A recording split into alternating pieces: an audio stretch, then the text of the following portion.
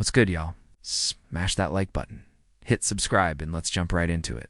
Hope your Sunday's treating you decent weather, you're vibing with the crew, or just figuring out life solo. But today, yeah, we gotta cook. Not just one topic we're jumping lanes, because some of your favorite disasters are still out here doing Olympic-level clownery. And yes, we're starting with the escape artist herself, Tiffany Henyard. I got the bad news, but chill. Hope ain't dead yet.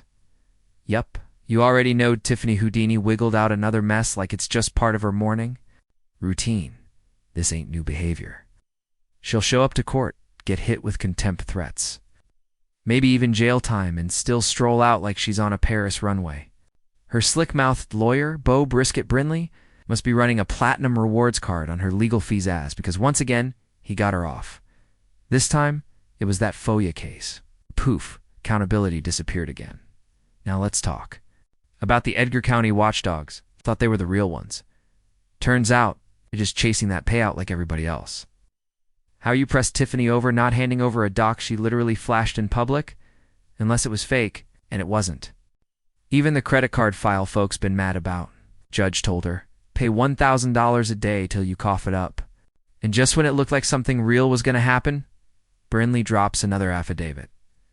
Judge Moreland said cool with me.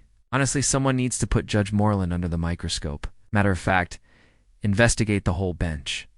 Every last one of them that's been giving Tiffany her get-out-of-jail-free cards. Her legal squad could argue the sky is green and she's got diplomatic immunity, and someone would nod. A judge signed off on Brinley's second affidavit and boom, case dismissed. Now the watchdogs shift focus to Dalton. Somehow, Tiffany dumps the blame on them. She ain't even mayor no more. This is why I can't mess with politics or courtrooms. It's all theater. Everybody watching knows this woman's guilty. Not even subtle, but she keeps strutting like she owns the block. But remember when I said hope ain't dead? It's because this FOIA case wasn't going to send her to prison anyway. Best case? Maybe some fines. That's it. And surprise, she didn't even get that. Another pass. Another escape. But don't cry yet. This saga ain't wrapped. See, the real storm cloud is still forming. The FBI's got her in their sights. Shout out to Carlton from Go Political Dude's been tracking this hard. Go peep his video. Tiffany might feel like she won something, but this was a baby dub. Like hitting a single when your team's down 11-0 in the ninth. That's what this was? A base hit while the scoreboard's roasting her. And you really think she's coming back from that kind of deficit? Feds don't play. Once they're in, conviction rate's sitting pretty at 95 to 99%. That's not odds you bet against. It's curtains. It's like Angel Reese missing a layup hit. Could happen, but you wouldn't put money on it. Okay, maybe a weak analogy. Angel Reese hits, what, 40% of those? Not exactly elite numbers, but we'll circle back to her because, yeah, she's trending too. But don't lose sleep over this. A mess. I know it's maddening watching Tiffany slide every time. That's how the feds roll slow, surgical. And let's be clear, Tiffany didn't run this game solo. She infected the whole system. And once they start pressing her crow-foring, those 3 to 5 year deals, you'll see who's loyal. It's people already jumping ship. Her circle, cracking. And when the pressure gets real, the truth gonna spill. Look around, Kefatamus over at Inagon Ghost. Andrew Holmes still holding onto that trusty title in Dalton. And Stanley, still straddling that blue fence like a career politician. But mark my words, when the heat rises, folks sing. They don't love Tiffany, they feared her. And once fear evaporates, truth flies like loose leaf in a windstorm. I keep telling y'all, patience. Let her flex now. Let her post. Let her run her mouth. We'll be here when the bill comes due. She'll think she'll just lock it in a victory. But no, this is the 9th inning, game over, and she tapped a single like it changed anything. Let her hit Facebook with that I told y'all. Energy, we see it. But I want to see how she moves when real fire drops. Because those dusty judges won't save her next time. She's going to need real legal muscle and Brisket Brinley. Nah, that man's running out of smoke. That FOIA dodge was weak. We already know what happened to that paper if that doc was real. I'm betting Tiffany and Leotis lit it up bonfire style back behind the car wash, right by the fence. That's where it went down. That's my theory. Can I prove it? Not yet. But why were y'all out there with flames the night you lost? That ain't cleanup, that's destruction. Police should have been on site as soon as that smoke hit the sky. But nope. Not one cruiser. It's not one. And we saw that wig peeking over the fence. That was you, Tiffany. Me and Leotis playing pyromaniac. And yeah, it's gonna catch up. 'Cause nobody burns nothing unless there's something to hide. That FOIA paper definitely had receipts. Clock's ticking.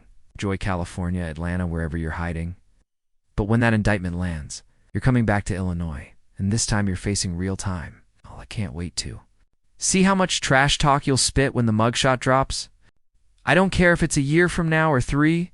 You'll be front page news and I'll be here. Popcorn ready. You'll get caught.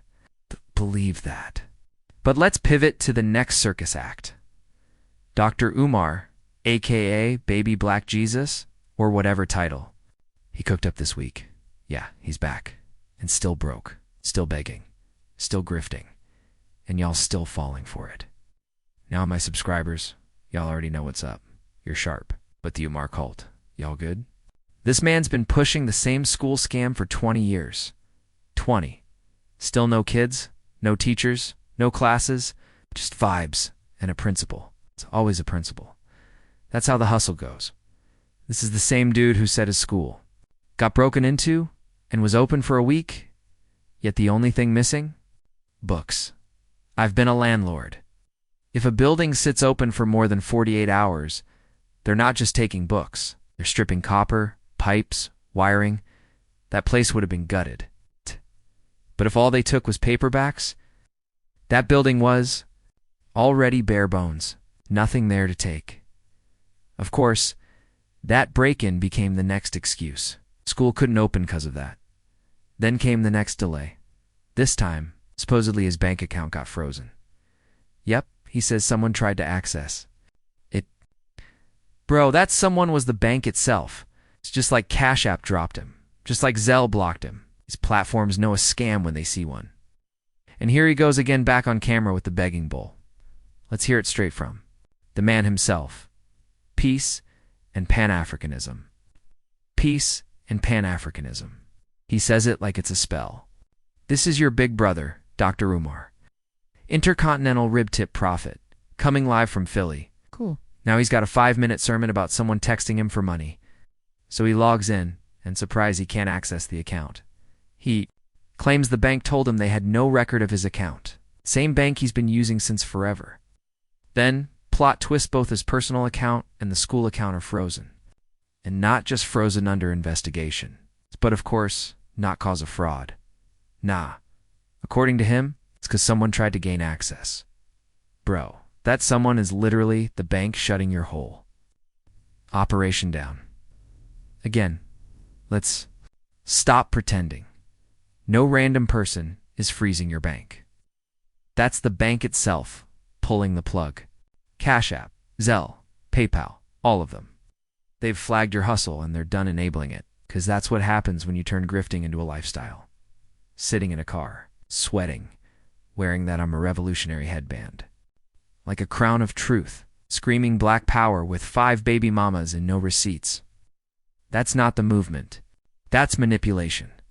This the same dude dragging Bronny James for taking a white girl to prom in Nile? Umar got 4 baby mamas and number 9 to 5. So let's talk. Which is worse? A high schooler's prom date or a grown man with multiple kids? He doesn't support running donation scams for over a decade? And don't let that Pan-African PhD stick fool you either. People with real doctorates work. This guy won't even clock in. Probably dodging child support like it's dodgeball. Let's be real. Dr. Umar is a whole character. It's like Tiffany Henyard's scammy twin. Been yelling for 15 years. Still no school. Still no progress. Still no accountability. And somehow, folks, keep giving him money. He's been banned in states. Bounced from every payment app known to man. And he's still promising that school is coming soon. Bro, do you know how much paperwork goes into opening a school? You think he's doing any of it? He tells y'all he's broke yet somehow. He's about to hire teachers and launch a full-blown campus. Be serious. How long y'all gonna let this man run circles around you? How many lies until it clicks? If you used to support Umar and finally backed off Salute, respect where it's due. But if you're still sending this dude your hard-earned money, I got no sympathy. He could rob you blind while smiling in your face and you'd thank him. That's not a school.